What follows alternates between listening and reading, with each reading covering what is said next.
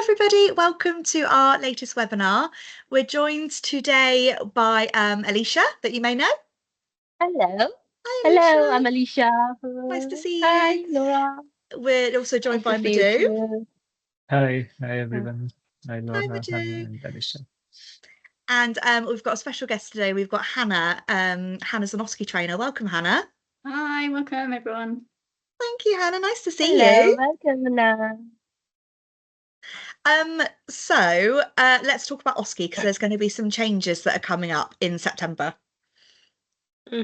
Yes, there is. NMC put on their website end of July, beginning of August, some changes that are coming to the OSCE. So it has been out to a new provider. So the OSCE is actually designed by a provider, by the educational provider, and last year it went out to tender and went to someone new. Just some small changes at the moment, and some welcome changes in some areas, which is good. So first one is they've increased the station timings for 2 of the stations. So MSU urinalysis has been increased to 12 minutes from 8 minutes, which is a very welcome change because it was very difficult to do in 8 minutes. And I felt it was like agreed. The pinnacle of my nursing career of 20 years to be able to get that station done in 8 minutes because it was so difficult. So that is really good, and good that the NMC have listened to feedback from educators on that.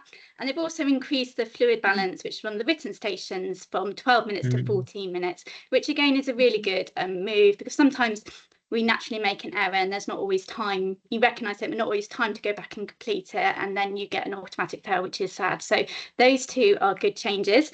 What else have they done? So in-hospital resuscitation has been removed out of the new marking criteria from September the 9th. So interesting move, and that's for adult and child.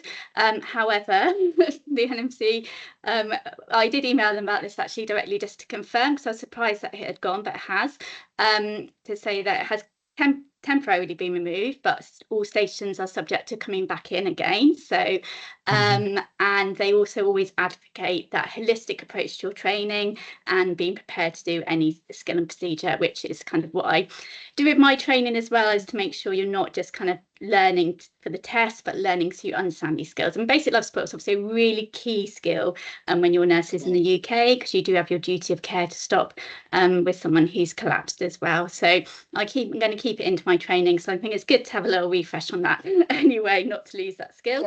And they've made some changes to ANTT. So in the past there was a very clear verbalization around clean hands and dirty hands, but they're going and following the ANTT guidelines, which is around that kind of not contaminating your key parts and your key sites.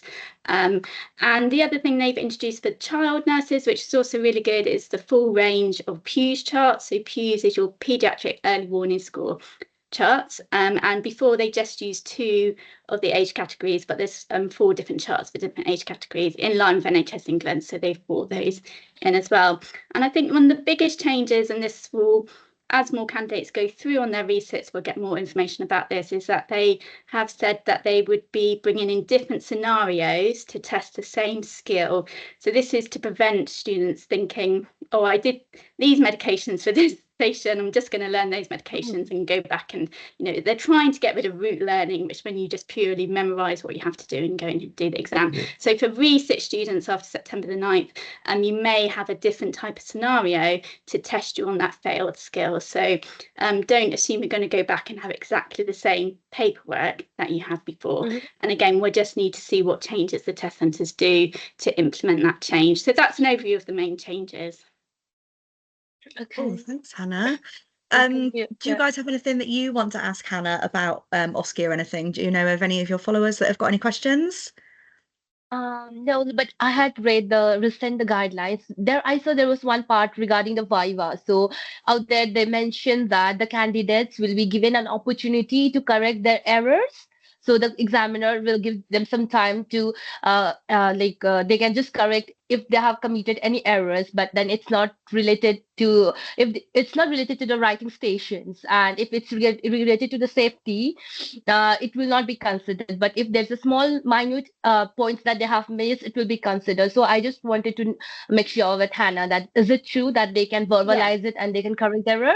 Okay. Yeah, so the Viva actually came in October 2023, so it's been going quite a few months now, actually. Initially, it was just for one station, but I think, can't remember the exact time, but then they brought it in that you could have a Viva for up to 2 stations. It is down to your examiner's discretion, and you have to demonstrate a good level of competence through that skill. And like you said, you might have missed one aspect of verbalization, and they will at the end will ask you some questions to allow you to try and rectify that mistake. Like you said, it can't be if they've done a critical patient safety thing. So if you've given the wrong medication or you haven't checked your patient's ID, then you won't be offered the Viva. And you'll see when you get your results, it might say, you know, this station was passed using a Viva, or a Viva was offered, but the candidate did not provide sufficient explanation, and therefore the station is still a fail. Yeah, so the Viva's been around a while, and it's taken a little while, I think, for it to really be used, but starting to see more results with the Viva. Like I said, it doesn't count for your written stations, so your planning, it doesn't count for your written clinical skills stations, but your practical API stations and your practical clinical skills. So again, it's a really good move, and again, if you are being asked questions at the end, that is a prompt for you to think, okay, I've definitely missed something, I need to try and remember what I've done and try and explain that to the examiner. So it is a good move, and it has helped with increasing the pass rate. That's really helpful, because I know, like, many of my colleagues, they failed the stations just because of the minor mistakes which they could have corrected later on, but like you said, that it's taking some time to get implemented. So it was last year 2023 itself that we had our OSCE on October, but I think by that time it was not yet implemented. So it's really helpful. So I think it will increases the chance for the candidates to pass the OSCE in one go rather than the second and the third attempt. You know, Yeah, OSCE is really traumatizing. It's a very difficult and stressful exam. Yeah. It's very stressful. Like the ones that you tell me that midstream unit urine analysis, it's really good that they increase the time frame for that, because even during my OSCE, I had the same stations, and it was really stressful that within a small a period of time we need to do everything. We need to interpret the result as well. So, and we already have a lot of anxiety, the exam anxiety, and it's really good that they considered increasing the time frame. Yeah, definitely. Thanks, Alisha. Madhu, have you got any questions about OSCE and the new process? No, actually, I read, these changes are quite good, for candidates to pass the test, and we welcome these changes. Yeah, definitely. Yeah. I've kind of gone about it the wrong way, but I wanted Hannah to talk a little bit about what she does as an OSCE trainer, because Hannah's an independent OSCE trainer. So Hannah, would you like to elaborate? I'm sorry. That's fine. Yeah, so I'm independent OSCE trainer. Obviously, come from a background in obviously my nursing background, but I'm a university lecturer as well, so I've got education background as well. So I offer mainly one-to-one. I like doing one-to-one OSCE training. I'm not a big believer in big groups and big training centres. I think they're really ineffective and really, really expensive, and not always accurate. So I really tailor my sessions around what my client wants to have, really. So I can do some online, a mix of online and then in person, and I try to embed the theory, like really, really important that you understand what you're doing and why, mainly, well, predominantly for patient safety, because when you've got your PIN, you're then accountable to the NMC, aren't you? And if you've just learnt things you memorise in a video or memorise in a marking criteria, you don't actually understand all the time what you've done. So really keen on embedding the theory and then putting the practice on top. But also, if you know the theory, know what you're doing and why, when you're in the exam and your memory falters, because it does, because like you said, Alisha, it's really stressful, and when we're really stressful, our mind goes blank, you can just fall back on your underpinning nursing knowledge and get yourself through that station, because you know what you need to do. And I just can be really flexible to what my clients need, really. So I've got a whole range of different options. I don't run set training dates, I don't run set courses. I just work around, maybe a lot of my clients are already working in the UK, so I might do some evening online sessions, and they might travel down to me for some face-to-face contact as well, or we can do all online or face-to-face. And then I just offer all my training resources as well with that, and just a lot of ongoing support, because a lot of it is around building confidence, isn't it, and feeling you can go into the exam and feel really confident with your knowledge and what you're going to do, because it is really nerve-wracking. It's some of the stations are very difficult due to the time restraints, even as a very old experienced nurse. So I had to practice quite a lot to get done in the time, and it's very unnatural as well, isn't it, because in real life I wouldn't be under massive time constraints to do some of those skills, or if I needed some help I would go and ask somebody, and that's kind of around, that's how we think about safety as well, isn't it? And the OSCE is quite alien to those type of things. So that's what I do, really. You do it well as well, because you've got quite a high pass rate, haven't you, as well? Yeah, I have got a good pass rate when I did training for the trust, and then good pass rate. I mean, anyone can pass the OSCE, it's not unachievable, but it doesn't really matter where you go for your training, or your whether you're self-studying or go to training centre. The key to passing is putting a lot of work in, and having that confidence, and using your nursing knowledge is really important to get you through that exam as well. But it is very achievable to pass first time, and I know there's sometimes this feeling that, just try and get as many stations done as possible, and then I'll go back and repeat those and it's much easier, but it's a really expensive process, massively expensive process for individuals, isn't it, and also trusts. So yeah.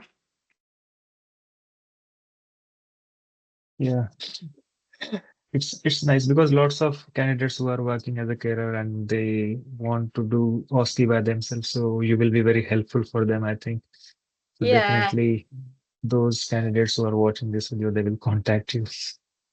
Yeah, definitely. And I have helped like local candidates that are working as healthcare assistants, and it's really difficult to take a week off work to go to a training centre, travel to a training centre, pay for accommodation, potentially pay for childcare. A lot of my clients have children as well, and it adds up to be a really unaffordable cost, doesn't it? But also, them getting their nursing pin will then, open up so many different job opportunities from just working in as carers. So I want to provide that kind of flexible approach for people, so they're not having, confined to going to training centres, which don't always provide the most evidence-based and best information either. So what's the difference between adult nursing OSCE, pediatric nursing OSCE, and mental health nursing OSCE? Oh, that's a good question. Well, the main difference is the content and the volume of content. The adult OSCE has a huge content, and much bigger content. So, for example, child OSCE has 2 different API scenarios. They can get tonsillectomy or asthma. Adult OSCE has 12 different scenarios. Skills, child skills is 7. Now they've taken out resus. Adult skills is 21. So the content is much lower, and again, it's even smaller again for mental health and learning disability. Whether that will change, I don't know. I would expect, the child to increase. If I'm really honest, I don't feel the child is adequate enough, or the mental health is adequate enough to really test competence in that field. But again, we will wait to see if any of those changes come through, and it's finding that line, isn't it? Because I believe the adult OSCE is probably too much information, really, to take on board and to learn, and the others are most probably not enough. Midwifery, they've increased that as well recently, and made some changes to midwifery as well. And I think I did well, though I don't know if I confirm. I don't know if you know this, Laura, that if you are trained, say if you're an international nurse trained as an adult nurse, you can actually just come over and do your mental health OSCE and gain your mental health pin, without having a mental health qualification. So I would imagine that would be a catalyst maybe to increase the content of maybe the other specialties exams, but I don't know, it's just my opinion, I think. I think that's right. Yeah. Thank you so much, Hannah. Did you? No, go on, Alisha. Sorry. No, I just wanted to ask, since the mental health and adult and the pediatric OSCEs are completely different, and the contents and the volumes are entirely different. Which one is the hardest OSCE to pass, according to you? I think most probably the adult. Unfortunately, when the test centres publish their stat is for all fields. It's quite difficult to pick out pass rates where you don't know the pass rates between the individual branches. So when you look at that data, that is for all the fields that are going on there. I think it depends, whichever one you're doing, it's your level of experience, isn't it, and knowledge. But I'd most probably say because of the content, it would be the adult, because there's just so much to know and remember and to verbalise. The verbalisation is most probably the hardest part of the OSCE, isn't it? Because we're used to doing these skills. We know how to give medication safely, but it's being able to do all that verbalisation under pressure. Obviously, maybe English isn't always the first language as well. So yeah, I definitely say adult, just because of the amount of content. That's really true, because like I said, like I also appeared for the adult OSCE, and the contents seem to be so huge, and like as an international nurse, when we are like having a transition from one country to another, when we are new to all the new policies, and within a month or so we are expected to appear for the OSCE exams. But thankfully our Torbay Trust, they provided us a very good training.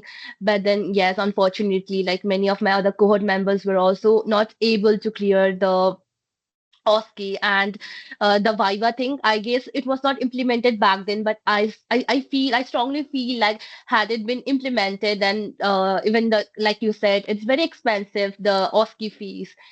So it could have been saved, because some of my cohorts, they failed stations just by the minute details, which they could have just verbalized, and they could have just cleared the station. It was very stressful, but yeah, somehow I managed to pass. Even I was like, no, I'm not gonna make through. It was because the main thing was that MSU, so it was like very stressful. So I was like, and now they have increased to like 10 to 12 stations. I don't know, I forgot, because I appeared in last year. So even I got to know that they have increased the station as well. So by knowing all the details, so when you are a new nurse in a new country, it was very stressful. I hope whichever things that they have implemented will be really helpful, like for the new nurses, or whoever is coming very soon out here in the UK. Yeah, absolutely, Alisha. And I think when you are recruited in through the trust, there is that time constraint on learning, isn't it? When you're self-sponsoring, you can have the luxury maybe to take longer to learn the content, but it is a real big ask. When I did my training for the trust, when I took it over, it was a 12-day program, and I instantly increased it to 3 weeks and then to 4 weeks because of the volume. And it's thinking about all these other factors, moving to a new country, settling in, at the same time, my nurses were trying to get accommodation. That was really stressful. It's a massive ask, and you're, learning about your new job as well. And the other thing I implemented when I took the trust training over was to pull all the nurses out of clinical practice until they'd done their OSCE, because I felt you're learning even more new and different information whilst working on the wards. It's not always helpful in terms of the OSCE because of the way it runs and the strictness of it. They were picking up different ways of doing things which are not helpful for the OSCE, and also just really stressful because you're every day going into working with new people and learning different things. So yeah, I was quite an advocate for keeping nurses out of the trust until they passed their OSCE, and just taking that stress away really of working in a new environment and working and learning for the OSCE as well. Yeah, I think also, just because I know that Alisha was talking about the hardest exam, I think it's also important for people that are watching to know that if you took the CBT in adult nursing, you couldn't then take your OSCE in mental health nursing. You need to take your CBT in one area, obviously, that you've got the strongest expertise in, and then take your OSCE in that area as well. You can't work in mental health nursing if you have an adult PIN, you've passed your adult OSCE and things like that. So you just need to make sure that you pass the test for the area that you have the strength in as well. Because even if you were an adult nurse and you took the mental health OSCE and you passed your mental health nursing OSCE, and you then had a mental health nursing PIN, if areas are going to look at your CV and see that you're pinned as a mental health nurse but you don't have experience as a mental health nurse, then they won't interview you. So it's really important for you to stick down the path that you're trained in.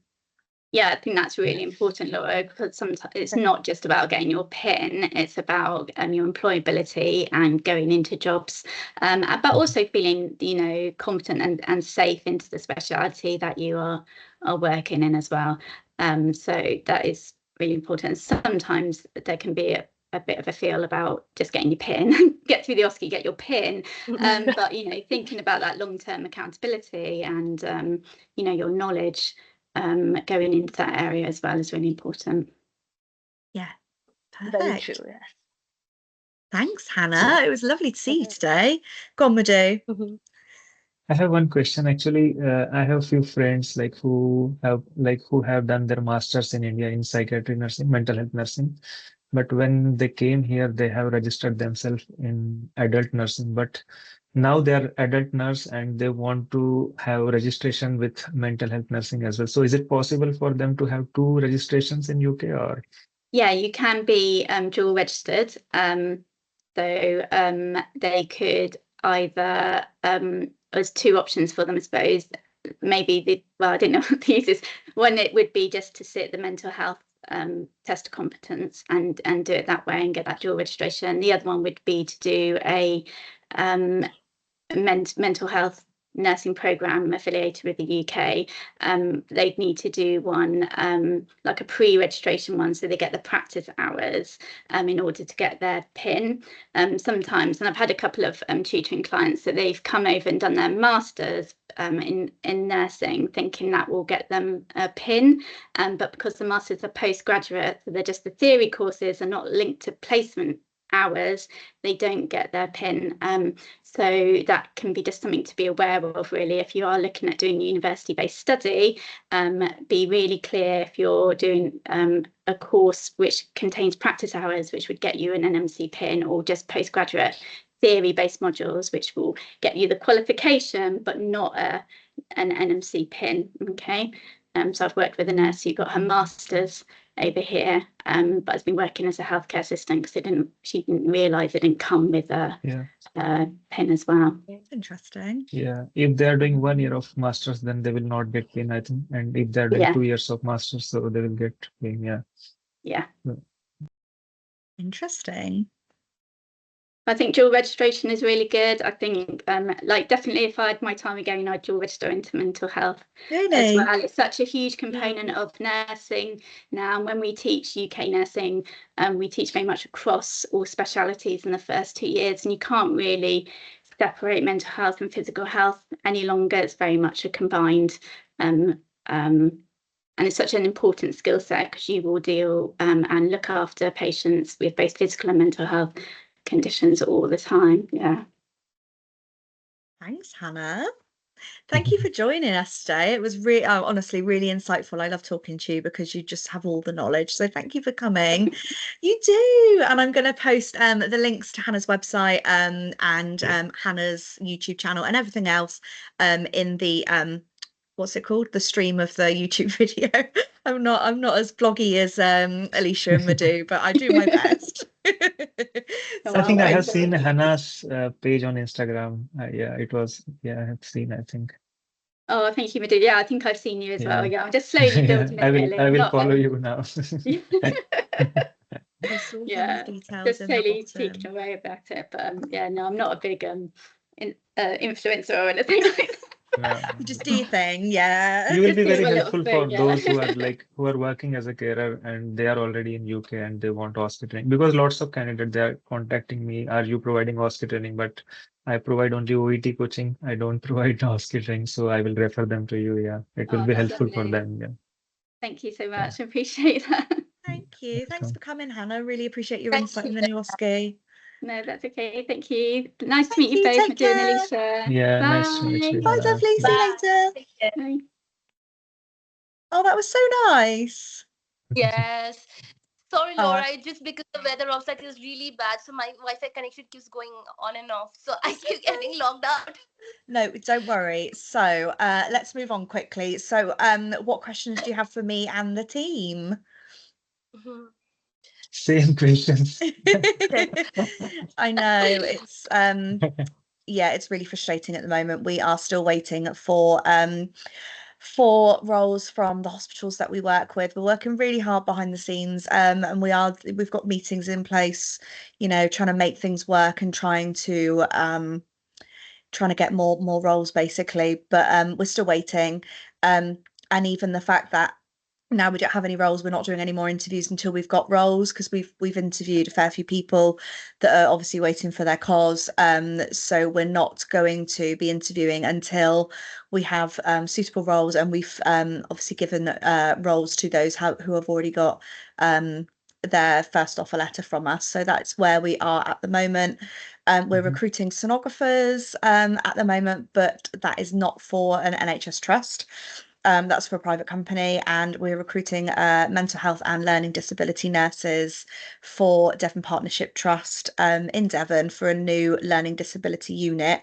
And that's it. So as you guys know, to be hired as a learning disability nurse or a mental health nurse, you need to have passed the CBT and have a lot of experience in those areas, or examples of caring for a family member or a patient or a friend that has a learning disability. So that is where we are job wise at the moment. If people have an offer, we're not in a position to be taking offers away from people. That's not the case at all. We would just say, just keep up with what your CV says. So if you're working when we interviewed you, please do carry on working. Don't resign until you have a cause in your hand, because obviously that will make things difficult for you, for your family. You won't have the money, and we don't want anyone to be in that position where they don't have money. If your documents are expiring, wait until our team gets in touch with you to say that we have a job offer for you, and then you will have time to renew those documents before you so your COS will be issued, and then we'll give you the time to renew those documents. So once you've had confirmation from the team and the team have told you so, that is your opportunity to then renew X, Y, and Z documents that you need to. But please don't be spending extra money. Please don't resign from jobs until our team gets in touch with you to say that we have a job for you. we're I wish I had jobs to give to people. I didn't, I love being happy and giving great news. That's why I took this job, because I love working with international healthcare professionals. I don't like giving bad news, no one does.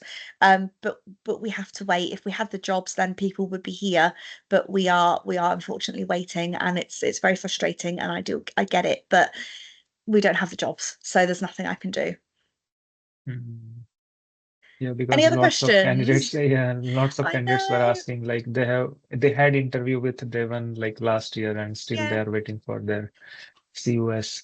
So I have got one question, like one person, he had got COS, got visa, but due to sickness she couldn't travel. So employer has like removed her offer, and she's asking whether I can apply for job again. And With us, not with you, like not with Devon, just in maybe with general. different. Yeah. Yeah. Of course, yeah. So if her visa, so I don't know if you know, but once you've been issued a certificate of sponsorship, a cause, no one else can issue you a cause. Okay. So if you have been issued a cause on the Home Office system, no one else can issue a cause. So we've been in a position where people have been issued causes, but they didn't know they were issued a cause, and then we've tried to issue them a cause, and then we can't because they've already been issued a cause. Oh, yeah. So she just needs to double check that she's not still on the Home Office system. So just get in touch with them and just say, can you just double check that I'm not on the Home Office system anymore? That's the only thing that I would say. But of course, yeah, it's not, it's not her, it's through no fault of anybody's that she had to withdraw. So she's happy to apply again to other places. That's fine. Okay, good. Thank you. Yeah. And do you think like anytime this year can recruitment start again, or?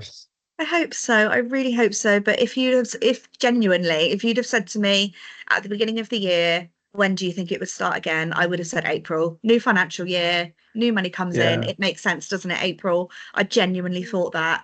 April came and went, nothing happened. If you said to me then, when do you think? I would have said end of the summer. We're at the end of the summer. Yeah.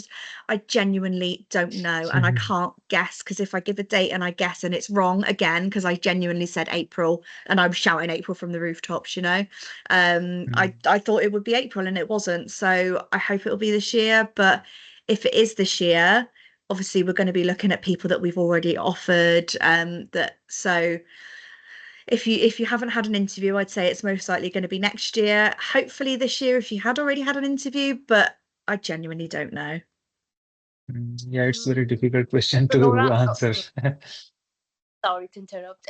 Now I was just wondering, like, because I'm in touch with some of the like resident nurses out here, like they have been recently hired by the London Trust. So I wanted to know if it's the problem with only the our Devon Trust, or is it the same thing going on with the other trust as well? It is the same thing going on with Edge Trust. So ultimately, the issue is funding. So as we know, Ruth May had the international nurse mandate where she wanted to hire 50,000 international nurses into the NHS, which happened. So that was done at the end of December last year. So as soon as that was done, there was only a little bit of carry-on funding, which is where the emergency nurses, there was 4 emergency nurses in March. They went to Torbay, didn't they, to the ED department. So there was some rollover of the funding, but ultimately the funding has now finished, and the hospitals are hanging on to wait and see if there will be more funding. So the London trusts have kind of got it sorted where they know that, you know, they need to pay X, Y, and Z for their international nurses, and they're happy to do that, which is great. But a lot of the trusts, other trusts outside of London, don't have that, you know, the foresight and the knowledge and not the knowledge, just knowing that they would need to then carry on once the funding stopped. I don't think we expected it to happen so quickly and for the taps to be turned off so quickly, which is what happened.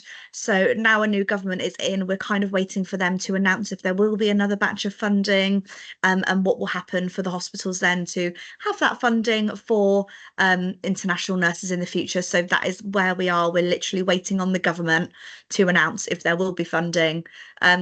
And there are some hospitals that are happy to fund it themselves, and that's where we are. You know, at the moment, we're trying to find hospitals that are happy to fund it, and go ahead without the funding. So we're waiting for funding. Trying to find hospitals that want to take the nurses, that don't have the funding. So yeah, we're kind of in that position at the moment. We're trying. I can't tell you how hard we're trying. We're trying so hard. Thank you, Laura. Thank you. Yeah. It's a difficult situation, but we're trying, and it's not because, you know, we don't want the nurses. We do, and we've got loads in our pipeline, and we're really excited for them to come, and we can't wait for that time. We're just waiting for the opportunities to come now. Yeah. People are very stressed because of interviews and recruitment. They have already passed exam. I know. Yeah. The only consolidation that I've given to a few nurses, and I would say now, is if there was no need for international nurses and healthcare professionals in the future, then I personally wouldn't have a job. So the fact that I've got a job is probably good news for them, because it means that it will carry on as it is and as it has been. So yeah. Yeah, hopefully we'll hear good pray news. and hope for the best. I do as well. I pray and hope for the best every day, you know, hope that we'll have some news. So we're just praying for good news now, really. That's where we are. So Yeah. So, and anything else that you guys want to talk about apart from the big question? No, actually this recruitment only, because all are worried about recruitment and always same question they are asking. I know. And actually we can't give the exact answer as well, because we don't know the exact answer. I don't know. If I knew, I would love to. I would love to give the answers. I'd love to give everybody jobs. I really would, but we don't have the answers and we don't have the jobs, so we just have to wait. Yeah. Oh, yeah, they can wait and they can work where they are working at the moment. Exactly. Just keep stay getting with your family. experience up. Exactly. Because, you know, everybody's, you know, CVs are getting bigger. Everybody's working. Everybody is getting that experience. So keep working, keep getting your experience. It's good opportunity for freshers as well to gain experience, so that when recruitment will start, they can like show their CV and they can get jobs as well. Exactly. Yeah. Keep working, because you know, everybody else is working. So and it is a competition, isn't it? Really, it's gonna who's the best, who's got the best knowledge, who's got the best CV. I don't think we're going to be in a position that we were a few years ago, where hospitals just take nurses. I think they're going to be looking for specialty nurses when it starts again. I don't think there's going to be a huge need for general medical surgical nurses anymore. I think it's going to be more theatre nurses, you know, specialist nurses in specialist areas. So find a specialty that you like, and gain that experience. Yeah. Yeah, we are in my department we have advertised theater nurses, but nobody's applying. So we need theater nurses here. Well, yeah, I think, as I said before, people. Oh, Alisha, you're on mute. Sorry. Oh, sorry. And Laura, like talking about the experiences, like there are a few of the candidates who have asked me, does the clinical work gap, does it have impact on the interview? Like there are some nurses who doesn't want to work and who just wants to take a gap and wants to prepare for the OAT and further on. So how much of the maximum clinical working gap is accepted by the NHS Trust? Well, we used to say 2 years, but it's really competitive at the moment. I would say 6 months to a year to study for OSCE and study for TBT, but then you really do need to get back to work and to gain the experience. The competition is fierce for these jobs at the moment, and a 2 year gap just isn't going to cut it anymore. You really need to get back to work and keep gaining those skills. It's a really competitive market. Yes. Yeah, competition has gone tough now. Yeah, it has. Yeah, and as I said, I don't think that the general jobs I think the general jobs going to be few and far between when recruitment starts up again. I think that the hospitals are going to be looking for these specialist roles. Yeah. Yeah. Cool. Well, thank you both for joining me today. Have you got any more questions that I can help with? Not No, at the I moment think from my side. You think you have have cleared it all for me. yeah. Oh, lovely to see you You have the both. Thank answers. you. Yeah, Yeah, thank you thank for you. coming and Thank you, chatting to me today. It Laura. was lovely. So I'll put everybody's links in the comments below, I guess. Is that how you say it in YouTube Description. talk? Description. Yeah. I will put all of the links in the description. Thank you everybody so much for Yeah. joining us today. If you've got any questions, please post them below. Please try not to flood the comments with questions asking specifically about your interview or your cause, because as I've said in the video, it's not happening at the moment. So if you have questions directly related to yourself, please email our team. I'll pop the link in below, but I can't give answers to people's specific kind of scenarios in the chat because I don't know, and also it's not really data protection to be telling you and everybody else that's reading what's going on with your application. So please email the team directly and they will let you know, and I'll put everybody else's contact details. And thank you to Hannah. That was really lovely to hear about the OSCE, and it's nice to see you both again. So I will see you soon. Thank you so much. Thank you, Laura. Thank Thank you you, guys. Take Laura. care. Alisha. See you soon. Bye. Bye. Bye. Bye.